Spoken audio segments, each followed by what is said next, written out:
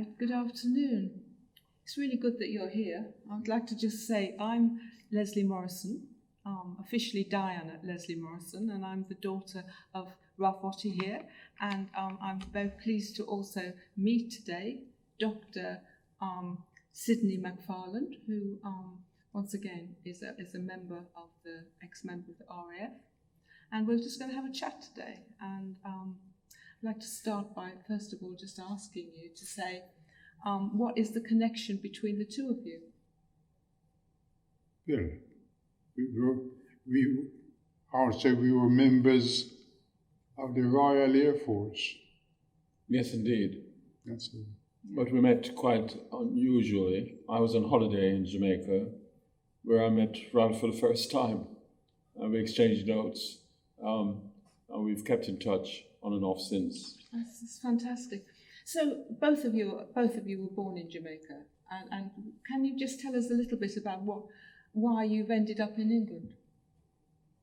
In my case, I came to England in 1955, and that stemmed from the advertisements in the papers for, first of all, not many people realize, but after the war, at the end of the war, the UK government owed the Americans millions of dollars.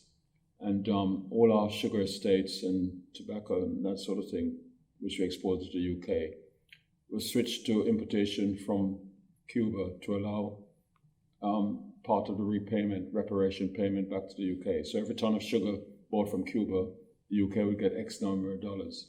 And so as a result, economically, Jamaica, like most Caribbean islands, suffered a great loss because we weren't allowed to export to other people with colonial.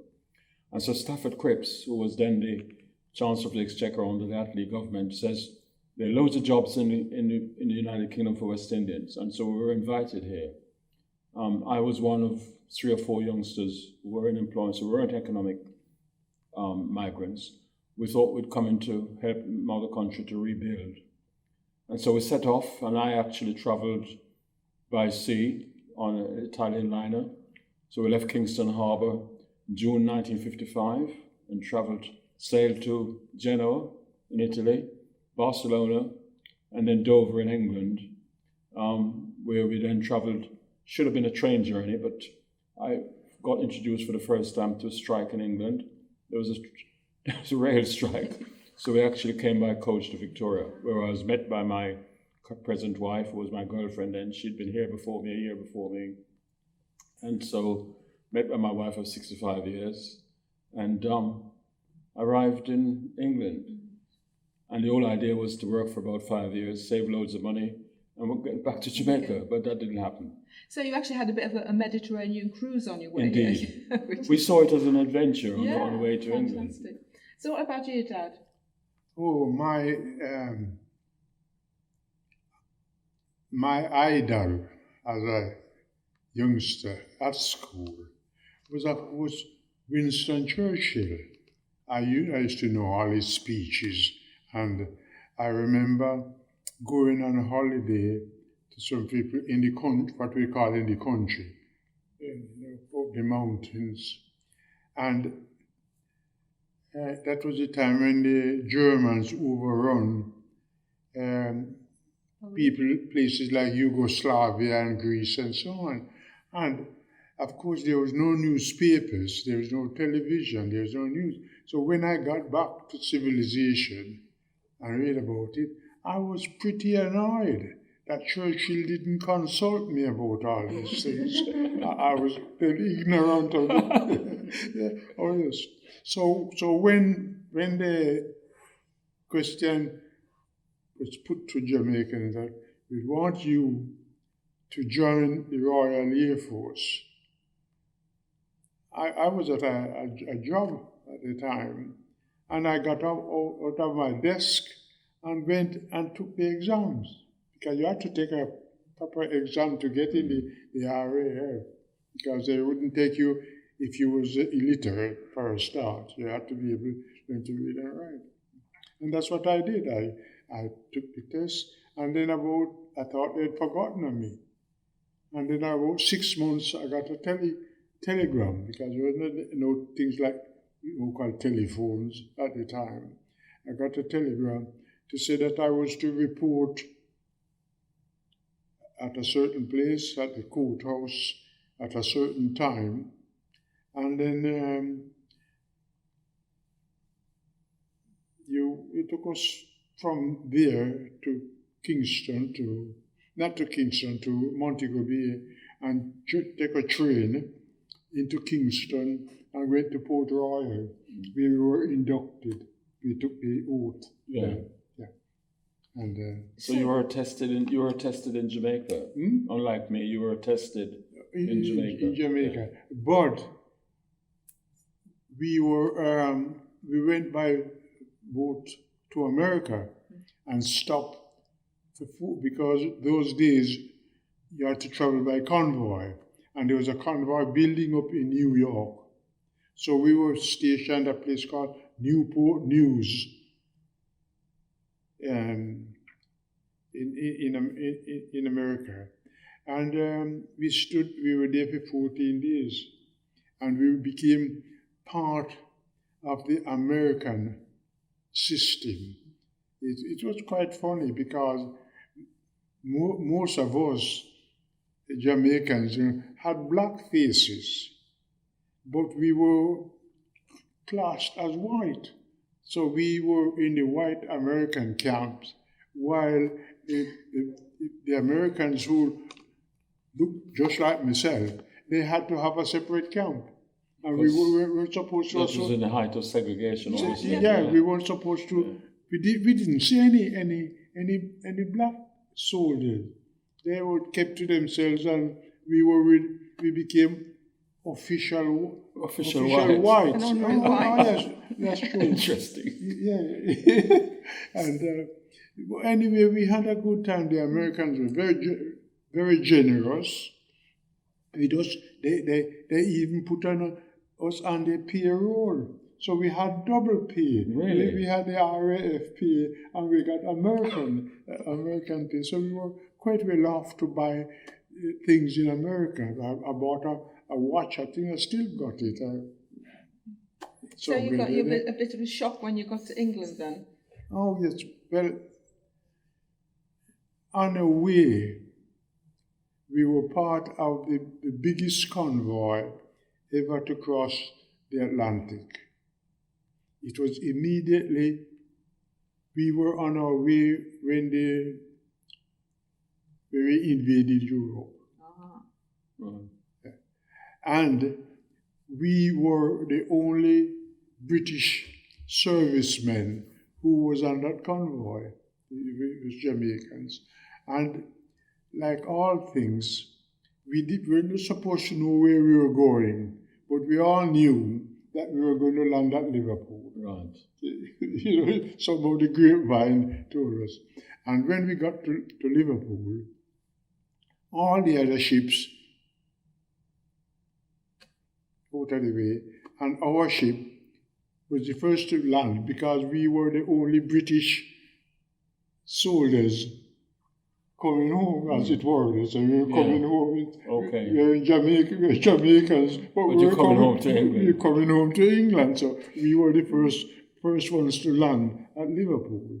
Can you just tell us, I remember, I mean, because you didn't get a Mediterranean cruise like Sidney did. You didn't get a Mediterranean cruise. No. Tell us about what it was like in the hold. The ship was terrible. We said we were down, but in the bottom of the ship, as it were.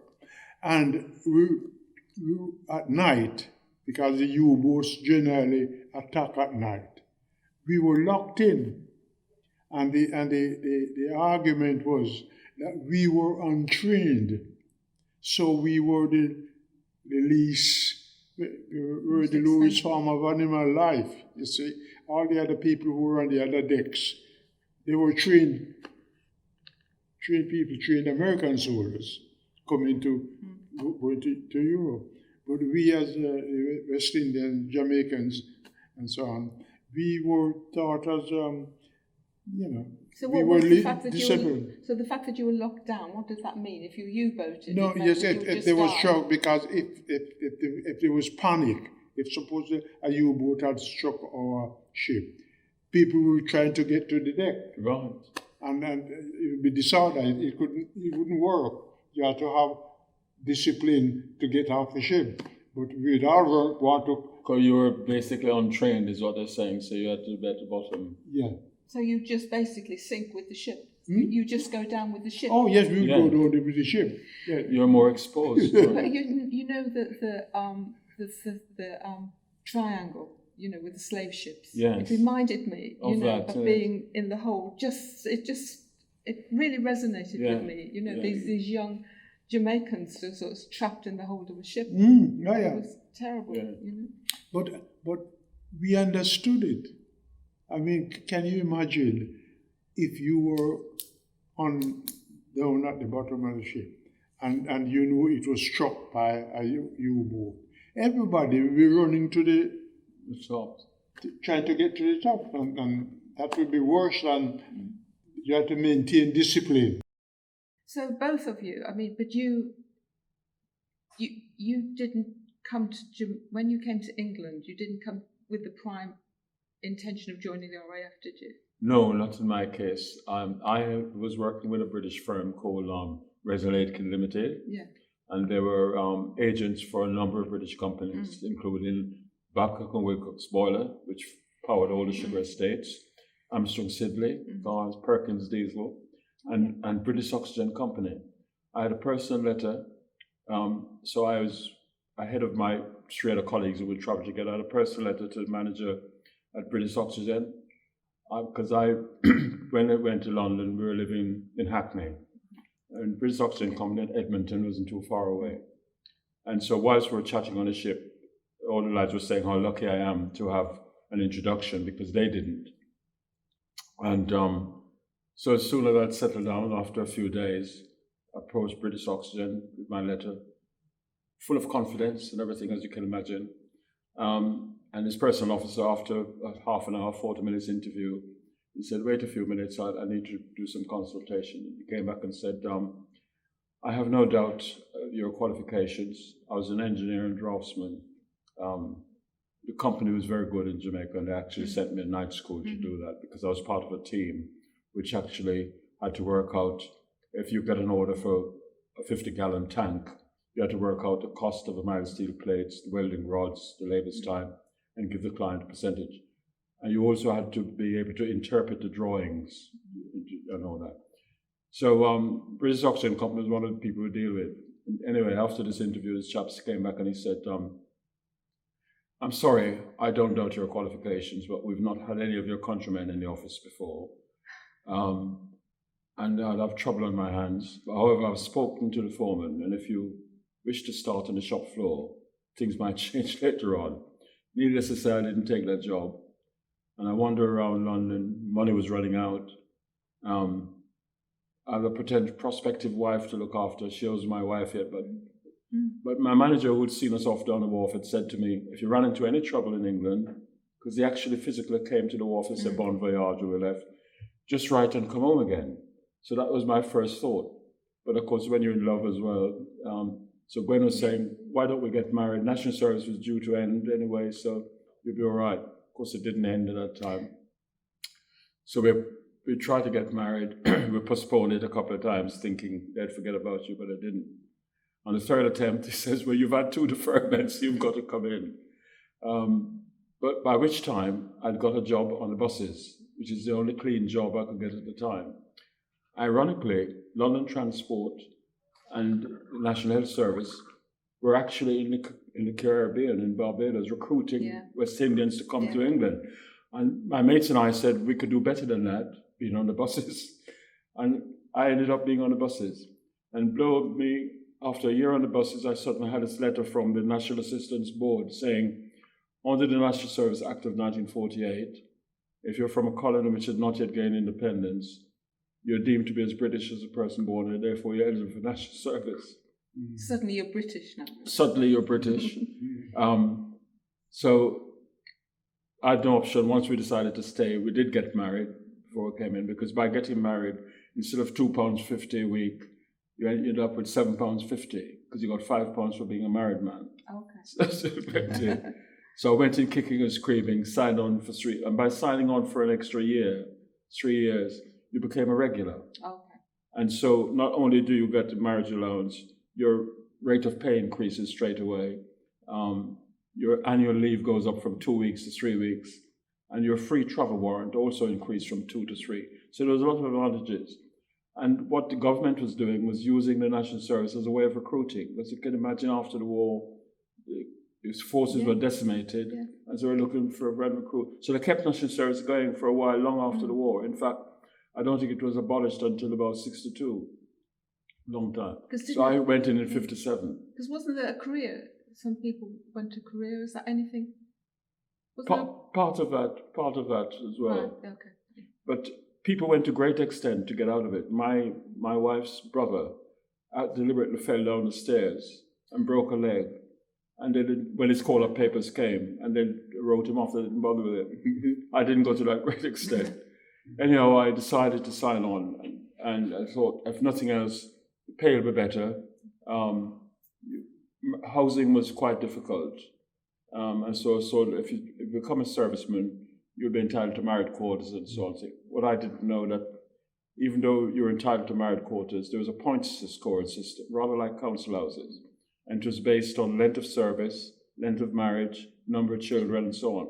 But as a young airman going in, only recently been married, no children, you were at the bottom of the list. You're not competing.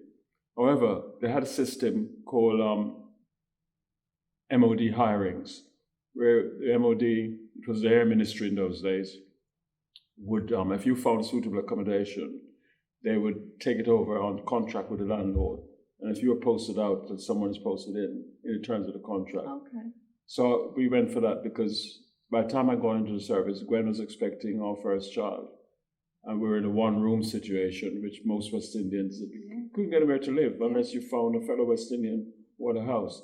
So we're in a one-room situation. I says, well, we need to get better accommodation.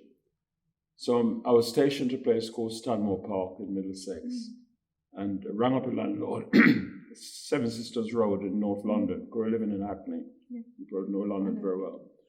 And the landlord was excited about the rented accommodation being contracted for 3 or 4 years. We had a long chat. Turn up the evening, still in uniform, borrowed my landlord's bicycle. Not many cars on the road those days except bangers. Turned up, knocked on the window, the guy came out and says, oh, I've come about the flat. Yeah, it was a two-bedroom flat. He said, I'm sorry, but it's gone. I said, yes, I know it's gone. It's been promised to me. We had a long chat today. You sure it wasn't somebody else? But as we began to converse, he appreciated that it was me. I hadn't completely lost my Jamaican accent, but it wasn't very prominent. So he thought it might be somebody else. And he said, look, I'm very sorry, but it's gone. Because I've only recently signed a petition on this road to get some of your countrymen off the street. Because the radiograms are too high. They used to call it hi-fi stuff, radiograms in those days. And the smell of curry is becoming intolerable. So I'm really, and he was really genuinely sorry. So I didn't get a place. So I went back to my boss and was telling him, and he said, don't worry, we have hirings coming up from time to time, so we'll get you one of those. So we did get a hiring at a place called Harrowweald in northwest London. So that was the early experiences. So I mean, it's all like we were saying, that Andrea Levy's book. It resonates with me when I've read that book. With yeah. both of you. So you joined the that's when you joined. Did you find when you joined the RAF that it was a better experience than? Did you have the same form of discrimination in the RAF? Different way. It's more subdued because we have the Manual of Air Force Act and Queen's Regulations.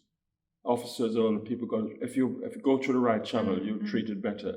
It was still there, but it had to be managed, and there were means of getting redress.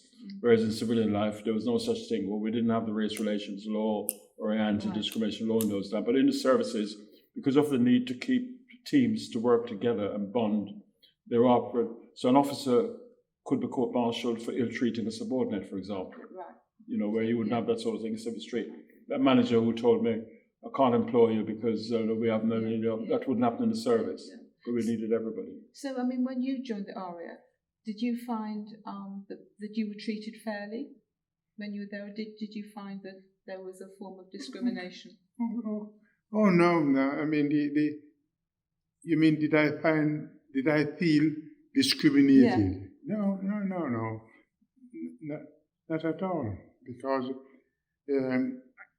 you were a member. That's a thing, I don't know about the Army or the Navy, but we were members of the Royal Air Force.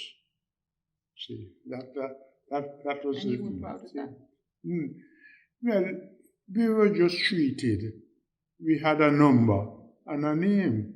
And so do you think the fact that you couldn't be, the fact that you took the exams to be an aircrew, yeah, and the fact that you were told you had to be a driver, did you feel that was simply the way it was, or do you think it was to do with the fact that you were Jamaican? No. I understood quite clearly that I took the oath. Because you had to take an oath. At the station. Yeah, and I took an oath. And that I was going to be subjected to service discipline. I mean, I was smart enough to know that if I come in and I want to be a general, they'll tell, oh no, you start as a private. You get what I mean? I knew exactly what was happening. I think what I'm pushing on this is, do you feel, though, the fact that you were Jamaican, a different colour to most, had any impact on your progression or the way you were treated at all? No. You AC Ottey, RAA 364781. Right? Yeah, that was your number. Yeah, that's it. And I was a member of the Royal Air Force, and I was treated as such. And the officers that we found we are dealing with, they understood that. The officers wouldn't stand for any sub-officer like a sergeant or a corporal to try and discriminate against one airman against another. I was just a member of the Royal Air Force. I don't know if the Air Force has changed now, Did it change? but that's what it was, isn't it? It has changed. It has changed in several ways. When you were telling us earlier on that you really didn't want to become an MT driver. No. That was your first option, and you'd done the exams and so on. You wanted to be a wireless operator. Did you think that you were forced into doing that against your choice?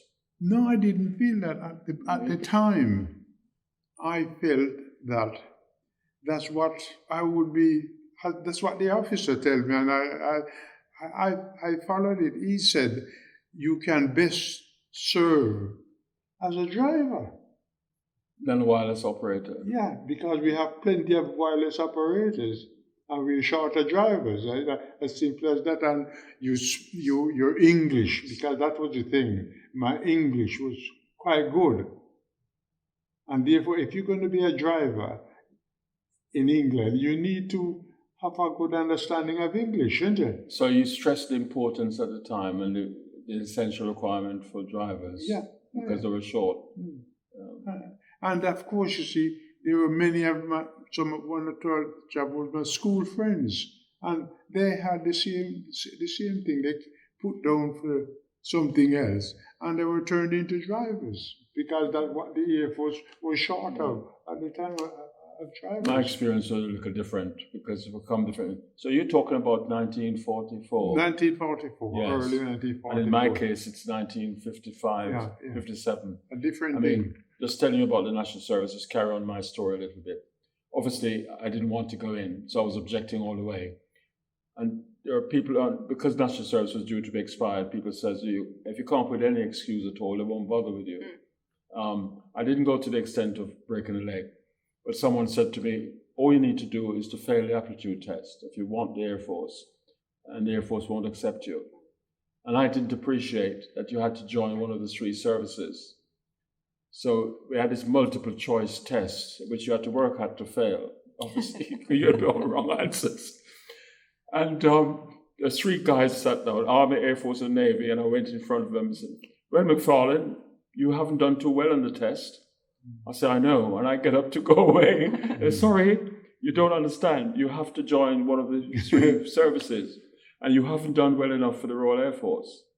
And we've got regiments in the Army that doesn't need a test. So I pleaded with him to send the test again, and the rest is history. Yeah. And in fact, when I retired from the Air Force, part of my retirement speech, I included the standards and how important to maintain standards. Yeah. Well, in the Air Force, when I joined up, the Air Force wouldn't have you if you're illiterate. That's right. You had to be able to read and write and understand. To join the Royal Air Force. The Army took chaps who were illiterate.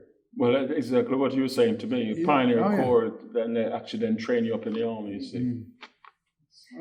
So, I mean, what strikes me is the fact that you were really proud to be part of the Air Force, weren't you? You were proud. Oh, yes. Remember, the Air Force was the only one then that was really winning, isn't it? The Air Force, the exaggerated number of German planes that the Air Force shot down in one day. We understand it was slightly overrated counting. Yeah, but that was the thing. Because I literally work harder than them. Well, you were echoing the experience I had once I decided to make the RF career. Yeah. It's exactly what I had to do as well. You had to work hard. And you noticed if you're working harder because you're doing extra work, that's recorded. And in my particular case, because I was involved with HR progressing these things, I used to see what's written about people. And one of the points I had to make, one of the things I did everywhere I went, is you have to do an arrival when you arrive on a new RF station. And you have a little card which everybody signs so you're there. I used to make sure that when I see my second reporting officer, I made a point in saying, welcome McFarlane, and so on and so forth. And I did this at every round. Look, sir, I don't want to be, I don't have a chip on my shoulder. I want to be told off if I'm doing something wrong so I can get it right. And I had to sort of make that very clear.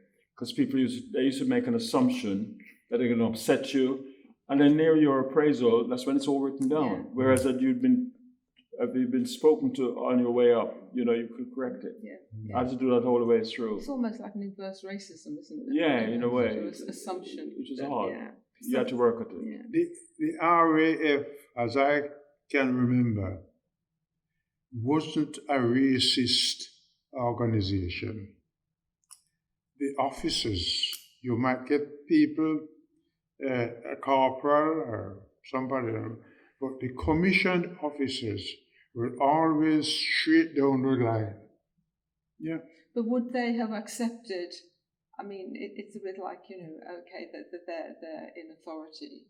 How would they have accepted? If what? If you as an officer, I mean, were they at the time? Were there any black officers? There wasn't. Higher?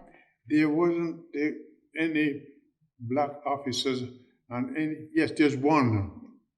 I guess there's one black officer at Souththorpe where I was, and he was a ex-school teacher, and he was a navigator with the squadron, with 617 Squadron. He was a navigator, but that was the only black guy. I guess the point I'm making is, to both of you really, is that it's easy to kind of be, if you are liberal and egalitarian, but if you're then working, would they have accepted someone working alongside them as if they were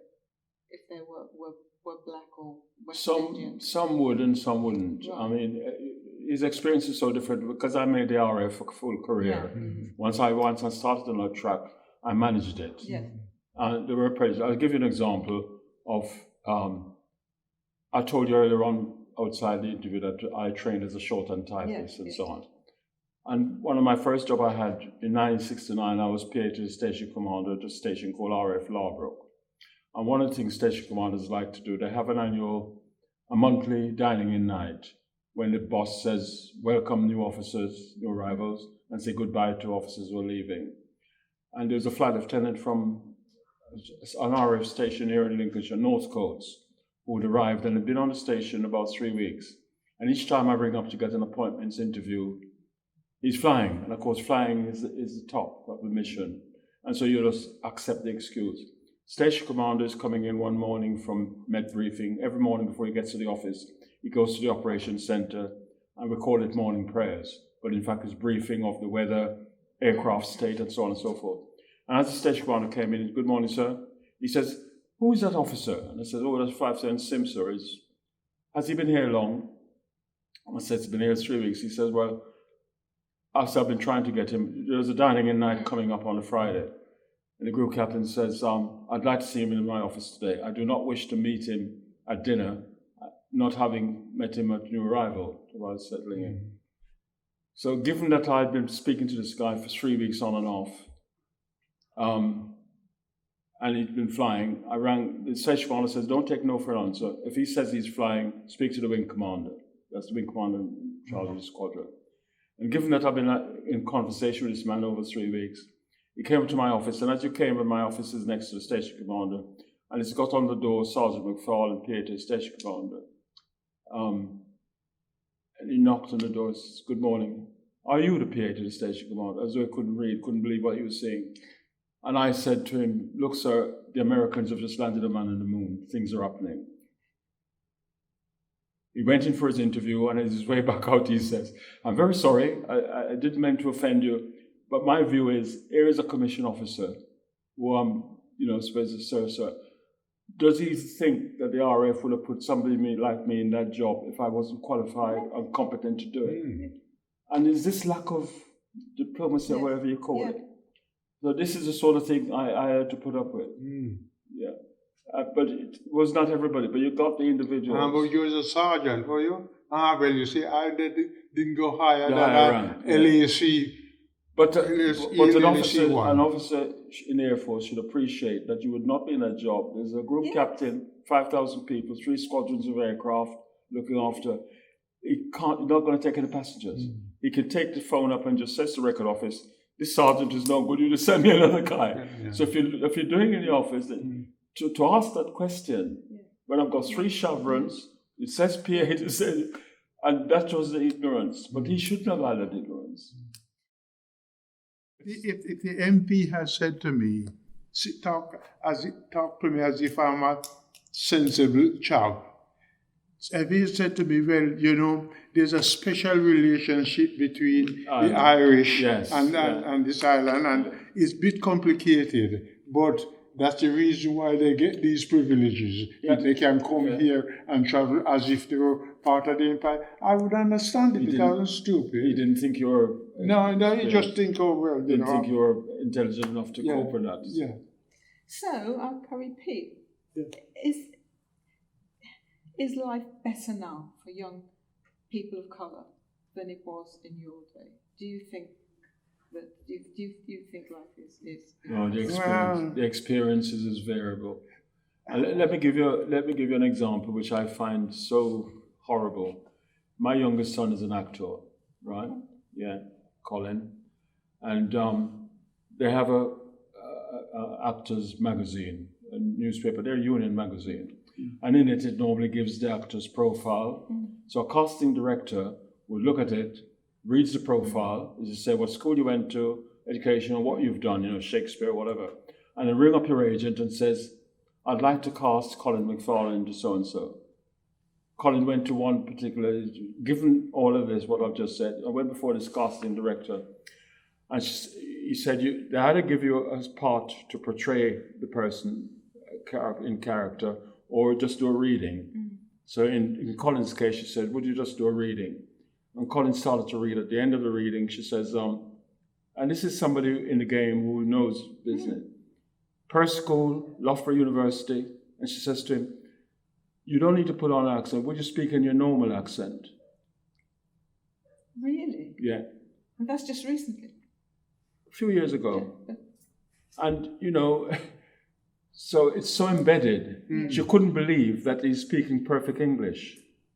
And she's, as I said, the Perth School, Cambridge, Loughborough University, born in England. What do you expect him to be speaking? A similar thing, really. So much of it is lack of education and training, where people are not exposed. In some parts of the country, and Lincolnshire is one of the places, really. It's taken a long time. When we first come into the county in the 60s, I think you could count the number of black people on one hand. Yeah. And so, and not the culture in the Caribbean and the experiences not being taught in schools. People are not used to it. Well, I mean, when I went to school, there was me, and there was Delroy Walker. Delroy Walker was the son of George Walker, who was another airman, and you know, literally, it was that. And I used to sort of get comments like, "Oh, look, your hair is like one of them people." I mean, I had great friends. I'm not complaining. I had great friends at school, some of whom I'm still friendly with. But it was just the fact that they were so curious about my hair, and I used to spend hours wanting to trying to straighten it and getting it into a style, because I wanted to look like everybody else, you know. And it was only when the Supremes became very popular that suddenly, oh gosh, you know, look, she looks like Diana Ross, and suddenly it became more fashionable. But it is very, it's. I mean, and I wonder if it's like that in Boston now. I mean, it's not like that in London, obviously, but in Boston I do, because I very rarely see, even now, I see Eastern Europeans. Yes, mainly in but Boston. I see a few people of colour, but not many. They're more in Lincoln itself now, I think, with the advent of the university as well. Okay. It's been absolutely, I mean, this has been wonderful. I've been so moved, you know, and I've just, it's been a great experience. There's so many stories that we could tell, so really. many, It would take forever. It would take forever. I mean, it's just fun. It's just a wealth of knowledge and so. Thank you very much thank indeed. you. Thank you. Thank you.